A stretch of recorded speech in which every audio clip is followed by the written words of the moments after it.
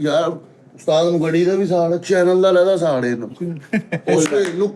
ਸੁਹੇਲ ਨੂੰ ਮੈਂ ਮਨਾ ਹੀ ਕਰਤਾ, ਮੈਂ ਕਿਹਾ ਸੁਹੇਲ ਪੁੱਤਰ ਨਹੀਂ ਵੀਡੀਓ ਪਾ, ਨਹੀਂ ਮਹੀਨਾ ਹੋ ਗਿਆ ਨਹੀਂ ਪਾਉਣ, ਅਪਲੋਡਿੰਗ ਬੰਦ।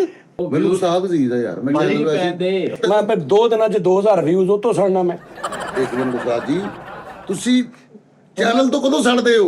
ਉਤੋਂ ਕਿੰਨੇ ਬੰਦੇ, ਸਹੇਲ, ਸ਼ਹਜ਼ਾਦ, ਪੋਮਾ 4 ਜਣੇ ਹੁੰਦੇ ਚੈਨਲ ਭਾਜੀ ਵੀ। ਓਏ ਇੱਕ ਮਿੰਟ ਯਾਰ, एक मिनट यार भाई फैसल गल करन तो पहले सोच लो कहाँ खड़े हो, किसके सामने खड़े हो, क्या बात कर रहे हो। चैनल तो साड़ दी जानते हो YouTube वाले एक साइड ते लहदा रैक बनाया, सिर्फ इन्हां ਦੀਆਂ ਫੈਲਾਂ ਲੱਗੀਆਂ ਉਧਰ। ਸਹੀ ਗੱਲ ਜੀ। ਯਾਰ ਉਸਤਾਦ ਜੀ ਤੇ ਬਾਸ਼ ਵਿੱਚੋਂ ਨਾ ਕੇ ਨਿਕਲਣਾ ਤੇ ਬੱਚੇ ਨੂੰ ਕਹਿੰਦੇ ਹੋ ਯਾਰ ਦੇਖੀ ਕਿਸੇ 2 ਚੈਨਲ ਰਹਿ ਗਏ ਹੋਣੇ।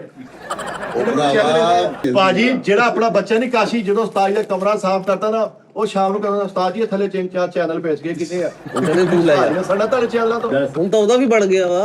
ਉਸਤਾਦ ਜੀ ਉੱਠਦੇ ਆ ਨਾ ਨਿਕਲ ਕੇ ਸਰਾਣੇ ਥੱਲੇ ਪਾਸੇ ਚੈਨਲ ਪਏ ਹੁੰਦੇ ਆ। ਤੇ ਨਾਣਾ ਮਿੱਠੇ ਉਸਤਾਦ ਜੀ ਨੇ ਤੇ ਆਵਾਜ਼ਾਂ ਲੈਣੀਆਂ, ਕੁੜੀਓ ਬਾਲੋ ਚੈਨਲ ਬਣੇ। ਯਾਰ ਮੈਨੂੰ ਪਤਾ ਕੀ ਮਸਲਾ ਵਾ ਉਸਤਾਦ ਜੀ, ਉਹ ਕਹਿੰਦੇ ਚੈਨਲ ਨੂੰ ਛੱਡਦਾ। ਯਾਰ ਉਸਤਾਦ ਜੀ ਤੇ 5 ਮਿੰਟ ਕਿਸੇ ਨੇ ਜੱਫੀ ਪਾਉਣ ਤੇ ਅਗਲਾ ਬੰਦਾ ਕਹਿਣਾ ਜਾਨੀ ਸਾਰੇ ਚੈਨਲ ਲਾਤੇ ਯਾਰ ਮੈਂ ਅਮਰੀਕਾ ਚ ਬੰਦਾ ਕਹਿੰਦਾ ਓਏ ਆਹ ਚੈਨਲ ਲੱਗੇ ਨੇ, ਓਏ ਯਾਰ ਜਾਨੀ ਮਿਲਿਆ, ਸਾਰੇ ਚੈਨਲ ਲਾ ਕੇ। ਸੱਚੀ ਮੁੱਚੀ ਕਪਲ ਸ਼ਰਮਾ ਸ਼ੋਅ ਦਾ ਬੰਦਾ ਵਾ।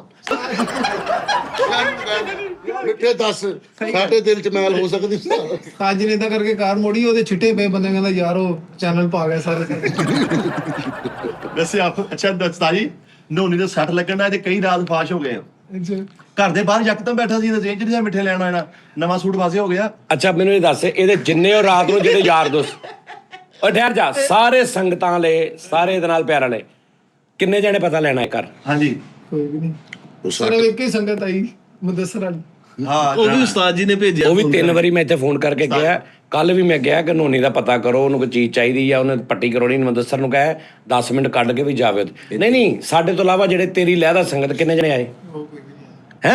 ਕਿਸੇ ਨੂੰ ਪਤਾ ਹੀ ਨਹੀਂ ਲੱਗਾ, ਸਾਜੀ ਮੋਬਾਈਲ ਹੀ ਹੈ ਨਹੀਂ, ਉਹ ਸਟੇਟਸ ਹੀ ਨਹੀਂ ਲੱਗਾ। ਓਏ ਸਟੇਟਸ ਵੀ ਨਹੀਂ ਮਿਲਾਉਣਾ। ਮਹੱਲੇ 'ਚ ਕਿਸੇ ਨੂੰ ਪਤਾ ਨਹੀਂ ਤੈਨੂੰ ਸੱਟ ਲੱਗ ਗਈ ਹੈ? ਅੰਦਰ ਜਾਂਦੇ ਆ ਬਾਹਰ ਹੁੰਦੇ ਆ, ਕਿਸੇ ਨੇ ਦੇਖੀ ਨਹੀਂ? ਸਿਰਫ ਜਿਨ੍ਹਾਂ ਦੇ ਘਰ ਤੇ ਉਤਲਾ ਮਕਾਨ ਰੈਂਟ ਤੇ ਲਿਆ ਵਾ ਉਹਨਾਂ ਦੇ ਘਰ ਦੇ ਨੂੰ ਪਤਾ ਵਾ, ਬਾਕੀ ਕਿਸੇ ਨੂੰ ਨਹੀਂ। ਇੱਕ ਦੋਸਤ ਨੂੰ ਵੀ ਨਹੀਂ ਪਤਾ। ਉਹ ਡਾਕਟਰ ਨੂੰ ਵੀ ਨਹੀਂ ਪਤਾ ਜਿਹਨੇ ਉਹ ਹੋਇਆ ਕੀ, ਇਹ ਕਦੋਂ ਕੀ ਗੱਲ? ਸਿਰਫ ਦਿਲਾਵਰ ਨੂੰ ਪਤਾ ਵਾ, ਉਹ ਜਿਹੜਾ ਮੁੰਡਾ ਮੈਨੂੰ ਛੱਡ ਕੇ ਜਾਂਦਾ, ਲੈ ਕੇ ਜਾਂਦਾ। ਉਸਤਾਦ ਜੀ ਗਲੀ 'ਚ ਬੈਠਾ ਉਹ ਆਇਆ ਸੀ, ਉਹ ਆਇਆ ਸੀ, ਉਹ ਪੱਟੀ ਉਹ ਕਰਾ ਗਿਆ। ਉਹ ਨਾਲ ਪੂਰਾ ਪਾਇਡਿਨ 100 ਰੁਪਏ ਦੀ ਪਾਇਡਿਨ ਲੈ ਕੇ ਆਇਆ। ਗੁੱਡ ਯਾਰ, ਥੈਂਕ ਯੂ ਯਾਰ ਦਿਲਾਵਰ।